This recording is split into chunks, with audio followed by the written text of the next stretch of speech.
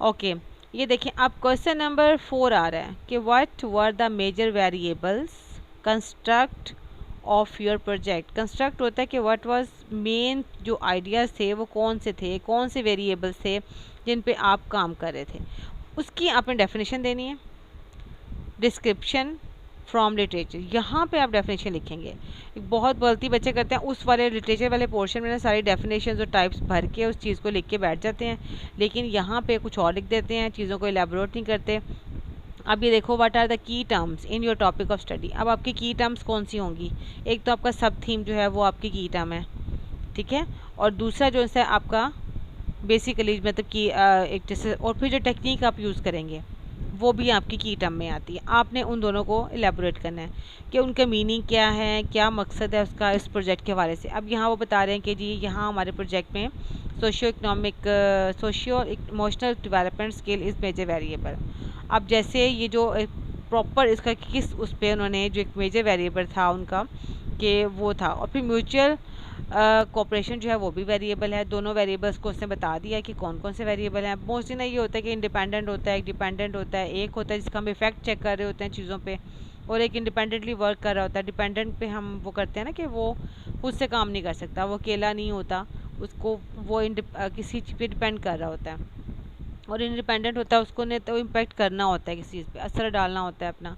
तो इसके अकॉर्डिंग आपने अपने टॉपिक में से देख लेना है कि व्हाट वाज योर वेरिएबल्स। अब यहाँ पे उन्होंने इसको डिफ़ाइन किया, डिफ़ाइन करने के बाद साथ ही उन्होंने इसका रेफरेंस भी दे दिया कि आपने, ज़ाहिर सी बात है आप डेफिनेशन खुद तो नहीं लिख सकते ना, आपने उसको साथ लिखना है। अब ये देखो आगे आपने दोनों बता दिए हैं कि मेरे जो मेन वेरिएबल्स थे ना वो दो थे। दो वेरिएबल्स मोस्टली दो ही होते हैं बच्चों के जो टॉपिक्स बने होते हैं, उसमें आपने दोनों वेरिएबल्स लिख दिए। दोनों वेरिएबल लिखने के बाद आपने बताना है कि जो इंडिपेंडेंट वेरिएबल है वो क्या है, ठीक है। अब एक चीज़ जिसको हमने इम्प्रूव करना है वो क्या होगी? अगर हम किसी को इम्प्रूव करना चाह रहे हैं तो वो आपका डिपेंडेंट वेरिएबल हो जाएगा, और जिसके थ्रू आप इम्प्रूव करेंगे, जिसका इम्पैक्ट उस पर आएगा कि इस चीज़ के, तो वो ज़ाहिर सी बात है वो इंडिपेंडेंट होगी ना, जिस पे वो असर कर रही है और वो उस चीज़ को इम्प्रूव करके लेके आ रही है, सामने आ रही है वो चीज़, तो वो आपकी इंडिपेंडेंट और इस तरह डिपेंडेंट दोनों को बता देना आपने अपने टॉपिक को देखते हुए कि आपका कौन सा जो टॉपिक है वो इंडिपेंडेंट है, सॉरी वेरिएबल इंडिपेंडेंट और कौन सा डिपेंडेंट है, वो आपने बताना है अपने उसके अकॉर्डिंग। देखो उन्होंने उसको डिफ़ाइन किया है, अच्छे तरीके से डिफ़ाइन किया, एक दो लाइनों की सिंगल डेफिनेशंस नहीं दी हुई। तो आपने भी इसी तरह अपने पूरे उसको टॉपिक को बहुत अच्छे तरीके से उसको एलेबोरेट करना है, उसको डिफ़ाइन करना है, उसको विद रेफरेंस यहाँ पे लिखना है अपने मैनुअल में।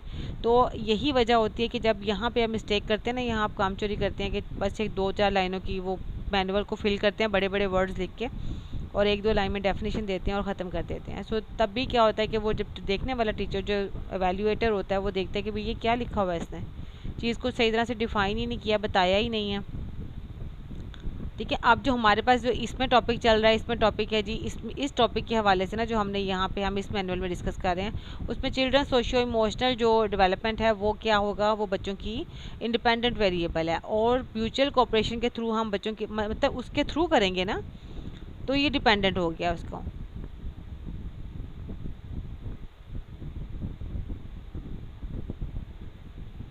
इम्प्रूव कर सकते हैं, उसके साथ भी कर सकते हैं। अब ये आपने ना अपने टॉपिक के अकॉर्डिंग देखना है कि आपका कौन सा डिपेंडेंट बन रहा है, कौन सा इंडिपेंडेंट बन रहा है, क्योंकि हर में एक इंडिपेंडेंट होता है और एक डिपेंडेंट होता है। इस तरह से यहाँ पे इसके अकॉर्डिंग आपने कॉपी पेस्टिंग कर लेना, देख के अपने टॉपिक को देखते हुए उसको इंडिपेंडेंट और डिपेंडेंट बताना है, ठीक है। कि जो जिसका इम्पैक्ट हम देख लेते हैं दूसरे पे, जिस पे इम्पैक्ट हो रहा होता है वो डिपेंडेंट होता है, और जो इम्पैक्ट कर रहा होता है वो वो डिपेंडेंट होता है, और जो इम्पैक्ट कर रहा होता है वो इंडिपेंडेंट होता है, ठीक है।